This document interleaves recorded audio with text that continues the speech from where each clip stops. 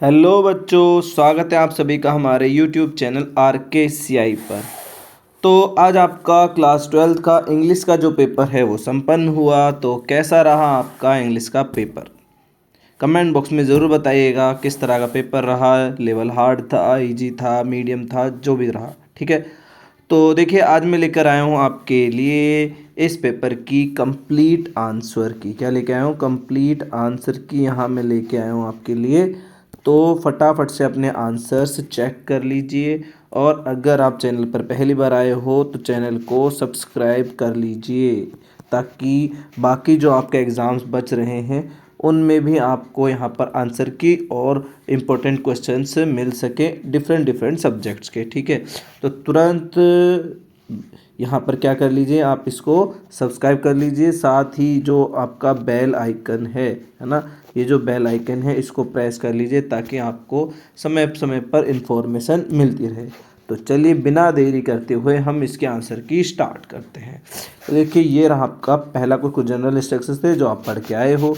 तो यहाँ से स्टार्ट करते हैं। पहला जो आपका पैराग्राफ था, मैं पहले ही आपको पूरा पैटर्न एग्जाम का पहले ही बता चुका था, तो हमको फटाफट से क्वेश्चन आंसर देखने हैं। ठीक है, तो ये आपका एक पैराग्राफ था, इसको फटाफट से मैं थोड़ा बहुत पढ़ लेता हूँ। अब बस rolling through the gates and crunches on the gravel, it was always the familiar crunch that told him they were in. They broke up and jumped out with their bags and boxes, and outside as he stood waiting for the rest to came down. The morning hill air felt good and smelled cool, clean, fresh, and the birds were chirping in the row of trees that run along the gravel way. When the last boy was out, the bus rolled out the gates again. They crunched along the gravel toward the stone entry. तो फटाफट देखिए, आपने पढ़ा होगा, मैं पूरा नहीं पढ़ूंगा, मैं डायरेक्ट आंसर पे बात करूंगा। मैंने भी पढ़ लिया इसको एक बार। ठीक है, which was the familiar crunch. तो फेमिलियर क्रंच कौन सा था? तो यहाँ पर देखिए आपको आंसर इस पैराग्राफ की लाइन में यहाँ मिल जाएगा, है ना। तो the birds rolled in through the gates and crunches in the gravel, ये जो था यहाँ पर कैसा था? It was familiar crunch. ठीक है, तो ये हमको यहाँ से मिल गया। उसके बाद देखिए यहाँ पर सेकंड क्वेश्चन क्या कहता है, इसको फटाफट से देख लीजिए। सेकंड क्वेश्चन कहता है who jumped out from the bus, है ना। तो देखिए यहाँ पर ये रहे इसका आंसर, कहाँ गया? They broke up and jump out with their box bags and outside as he stood waiting for the rest to came down, है ना। तो मतलब ये यहाँ पर से कूद गए थे, इसका आंसर आपको यहाँ से मिल जाएगा। फिर देखिए why did Sunday seem happier to everyone, सभी को संडे इतना अच्छा क्यों लगता है, इतना खुशी क्यों मिलती है? बिकॉज उससे पहले सैटरडे होता है और सैटरडे के बाद संडे आता है ना। देखिए as they want someone observe why today Saturday, है ना। तो next day it's Sunday, next day क्या होता है? संडे, एंड एवरीवन क्या करते हैं यहाँ पर? सब फ्री रहते हैं। Was not best day, everyone including teacher seemed happier, perspective evening and the morrow, ये इसका आंसर हो जाएगा। ठीक है, who use to free on Saturday, है ना। तो कौन था जो यूज टू था, मतलब फ्री था सैटरडे को? तो यहाँ पर हम बात करेंगे ही, मतलब राइटर की बात हो रही है यहाँ पर, राइटर एंड हिज मतलब मदर, यहाँ पर ये मदर, है ना। राइटर और उसकी जो मदर थी वो यूज टू थे, फ्री थे उस वक्त, है ना। फिर देखिए व्हाट डिड पीटर से, पीटर ने क्या कहा था? तो इसको आपको यहाँ मिल जाएगा, ये रहा पीटर सेड। देखिए पीटर ने क्या कहा, सेड ने क्या कहा था? Creeping up to one of the entrances, है ना, ये बात उसने कही थी। फिर देखिए about whom did the narrator state in this passage, himself, इसका आंसर जाएगा हिमसेल्फ, उसके खुद के बारे में, और ये सब पूरा पैसेज था। ठीक है, फिर देखिए find out the word from the passage which is opposite in meaning yesterday, yesterday की जो मीनिंग होती है अपोजिट, उसका है टुमारो, क्या है? टुमारो। ठीक है, ये इसकी अपोजिट हो जाएगी। फिर देखिए यहाँ पर बनाना और प्राइमरली, इन दो के यहाँ पर क्या पूछे गए हैं? सिमिलर वर्ड पूछे गए हैं। तो जो ये बनाना है इसका है प्लेंटिंग, प्लेंटिन। ठीक है, यहाँ पर आपको ये वर्ड देखने को मिलेगा। देखिए मैं आपको वो वर्ड बता देता हूँ, ये रहा प्लेंटेन्स। ठीक है, ये प्लेंटेन है, यहाँ पर ये बन जाएगा। फिर देखिए प्राइमरली का हो जाएगा मेनली, क्या हो जाएगा, मेनली हो जाएगा। फिर देखिए ये दूसरा पैसेज है जो कि आपने पढ़ा होगा, मैं एक दो लाइनें पढ़ रहा हूँ। The habit of reading is one of the greatest resource of the mankind, we enjoy reading books that belong to us much more than if they are borrowed. A borrowed book is a like a guest in the house. ठीक है, अब ये आपने पढ़ लिया होगा। मैं direct question answer पे बात करता हूँ। Which is one of the greatest resource of Mankind, है ना। तो देखिए इसका आंसर यहाँ मिल जाएगा कि the habit of reading is one of the greatest resource of Mankind. तो ये इसका आंसर हो जाएगा। ठीक है, आपको जैसा मैंने कहा था आपको लाइंस मैच करनी थी।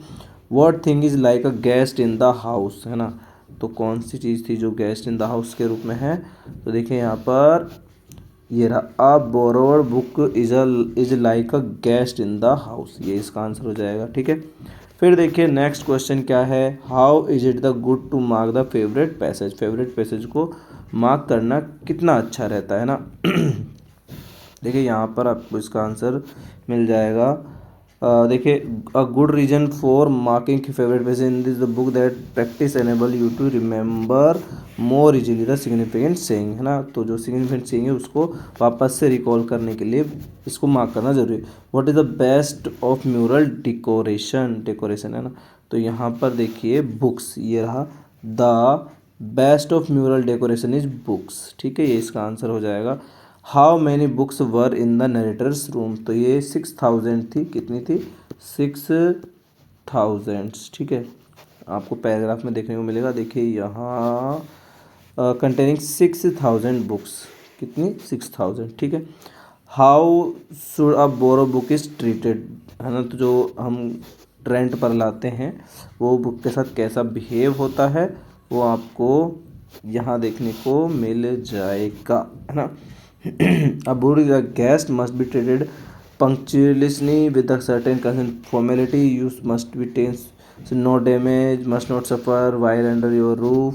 मतलब आप छत पे नहीं छोड़ते हो, केयर करते हो और इस पर मार्क भी नहीं करते हो, है ना, पेज वेज भी नहीं मोड़ते हो, ये सब इसमें इसके ये ट्रीट करने के तरीके ही। ठीक है, उसके बाद देखिए ये आपका एक क्वेश्चन था जो कि you are Mohit, Monika live in Jaipur, you are searching a groom for your sister. Groom यानी दूल्हे की बात हो रही, ठीक है, दूल्हे की, है ना। ड्राफ्ट एंड एडवर्टाइजमेंट और for a newspaper advertise in classified column. ठीक है, यहाँ पर दूल्हे की तलाश हो रही है, दूल्हे के लिए आपको क्या करना है, न्यूज़पेपर में एडवर्टाइज देना है। यू आर पवन और Pooja a student of class 12, write your opinion favourite of women education. तो वुमेन एजुकेशन पे आपको अपना ओपिनियन देना था। फिर है question number 4, your school organize an educational tour to Jaipur, write report in about 100 words for the school magazine using the given hints and your experience. ठीक है, यहाँ पर आपको क्या करना है, रिपोर्ट लिखनी है 100 वर्ड की। यहाँ आप 100 वर्ड के पैराग्राफ भी लिख सकते हैं, benefit of morning walk, morning walk पर आपको पैराग्राफ लिखना था। फिर देखिए write a letter to editor of local daily newspaper to draw the attention of the authorities about the street light that are not in working condition for many days in your locality Ganesh Nagar Jaipur. तो यहाँ पर आपको application था। फिर एक advertisement है, ये भी आपने क्या होगा, हम फटाफट से न्यूज़पेपर जो हमारी ग्रामर सेक्शन है, सेक्शन 3, उस पर बात करते हैं। Join the sentence using the word given in bracket, है ना। तो यहाँ पर आपको सामने एक ब्रैकेट में वर्ड दिया हुआ है, तो आपको क्या करना था, यहाँ पर इसको जोड़ना था। I have found the pen I lost, which I lost the pen, है ना। आई हैव क्या बन जाएगा, I have found the pen which I lost the pen, जिस पेन को मैं खो चुका था वो मुझे मिल गया। ठीक है, फिर देखिए ये एक क्वेश्चन था, combined set of sentence two sentences direct, ना इनको जोड़ना था, तो डायरेक्टली जोड़ना था। तो यहाँ पर देखिए night came on therefore the room grew dark. ठीक है, तो नाइट केम ऑन, जैसे ही रात हुई तो रूम में अंधेरा हो गया, ये बन गया इसका आंसर। ठीक है, फिर देखिए यहाँ पर आपको फ्रेजल वर्ब के थे। The burglars blank the house, है ना, तो यहाँ पर इसका आंसर था ब्रॉक इन टू। क्या था? Broke into. फिर देखिए he blanks early in the morning, तो गेट्स अप क्या हो जाएगा? Gets up early in the morning. फिर है he blank his departure for a week, तो इसका आंसर आपका हो जाएगा put on his departure for a week. फिर देखिए यहाँ पर है 9th क्वेश्चन, फिर in the blanks by choosing the correct conjunction given in the bracket, तो आपको करेक्ट कंजक्शन यूज करना है। बर्ड्स फ्लाइज एंड, तो एंड आ जाएगा। फिश स्विम, बर्ड फ्लाई करती हैं और फिश स्विम करती हैं। ही वॉज स्लीपिंग वाइल, इसका वाइल आ जाएगा, क्या आ जाएगा? While I was reading a book, जब मैं बुक्स रीड कर रहा था वो सो रहा था। Raju is blank an intelligent boy blank a good player, है ना, तो इसका सिंपल सा बनेगा नॉट ओनली, कि वो not only an intelligent boy, also क्या है? But also a good player, अच्छा खेलता भी है वो। फिर देखिए एक पैराग्राफ है और इससे रिलेटेड कुछ आंसर्स हैं, तो 6 मार्क्स के हैं आपके, और ये आपको पढ़ना है। वो सीन पैसेज आपकी बुक का है। Gandhi did not leave. Instead, the proceeded to Motihari as the capital of Champaran. Several lawyers accompanied him at the railway station. A vast multitude greeted Gandhi. He went to a house and, using it as headquarters, continued his investigations. A report came in what a peasant that had been maltreated in a nearby village. Gandhi decided to go and see. The next morning, he started out on the back of an elephant. He had not proceeded far when the police superintendent's messenger overtook him and ordered him to return to town his carriage. तो ये था एक छोटा सा paragraph जो आपका गांधी जी के ऊपर था। अब फटाफट से इसके आंसर्स देख लेते हैं जो कि MCQs में हैं, सभी ने किए होंगे। Capital of Champaran was Motihari, है ना, तो ये आपके ने आसानी से कर दिया होगा। Where did vast multitude greet Gandhi, कहाँ पर? At the railway station. Who had been maltreated, किसको यहाँ पर माल ट्रीटेड किया गया था? तो यहाँ पर अ पीजेंट को, किसको किया गया था? अ पीजेंट जो यहाँ पर है उसको क्या किया गया था? Maltreated. Who started out on the back of an element, तो Gandhi ji. Which place Gandhi use to his age his headquarter, तो किसको हेड क्वार्टर की तरह ट्रीट करते थे यहाँ पर? बताइए इसका फटाफट से आंसर, कि किसको वो हेड क्वार्टर की तरह ट्रीट करते थे। देखिए पैसेज में देख लेते हैं। He went to a house and using is, तो एक घर को, है ना, अ हाउस, इसका आंसर हो जाएगा ये रहा। फिर देखिए who ordered Gandhi return to town superintendent's messenger, ठीक है, तो ये हो गए इनके। बाकी ये आपके बुक्स के क्वेश्चंस थे, है ना, एक बार आपने देख तो लिए होंगे, आपको डिस्क्राइब करना था। आंसर द फॉलोइंग क्वेश्चंस, ये दोनों के आंसर बताने थे। Explain any one of the following statement and reference to the context, आपको एक्सप्लेन करना था, ठीक है। फिर देखिए आंसर द फॉलोइंग क्वेश्चंस अब in about 60 word, right the theme of poem my mother eight 66, return theme of the poem road side stand. फिर ये क्वेश्चंस थे, है ना, फटाफट से इनको आप देख लीजिएगा। मैं अब यहाँ पर ये जो MCQ वाले क्वेश्चन है इस पर बात करता हूँ। फिर देखिए 18 question, first who was Lucia, तो लूसिया कौन थी?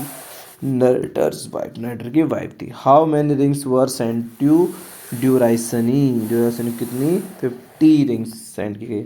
For how many years Gondwana thrived, तो इसका देखिए जो आंसर है वो 500 मिलियन है।